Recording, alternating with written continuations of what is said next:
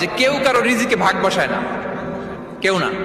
আমরা অনেকে মনে করি যে আমি ওকে দিলাম, ওকে খাওয়াইলাম, আমি বোধহয় খাওয়াইলাম। না, সে আপনারটা খায় নাই, সে তার রিজিকই খেয়েছে।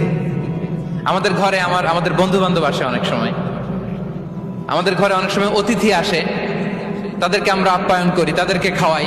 আসলে সে আমারটা খায় না, সে কারটা খায়? তার নিজেরটাই খায়।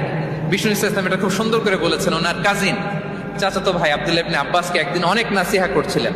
করতে করতে এক পর্যায়ে তিনি বললেন, ওয়া আলাম, ইবনে আব্বাসকে বলছেন, ওয়া আলাম আন্না মা আসাবাকা লাম ইয়াকুন লিইখতিআক ওয়া মা আখতাআকা লাম ইয়াকুন লিইউসিবাক। আব্দুল্লাহ, জেনে রেখো, যেটা তুমি পাওয়ার এটা তুমি কোনোদিন হারাবা না। যেটা তোমার হওয়ার কথা ছিল ওইটা তুমি কোনোদিন মিস করবা না। আর যেটা তুমি পাওয়ার কথা না, গোটা বিশ্বের সব শক্তিকে হাতের মুঠোয় আনলেও সেটার দেখা তুমি পাবে না, পাবে না।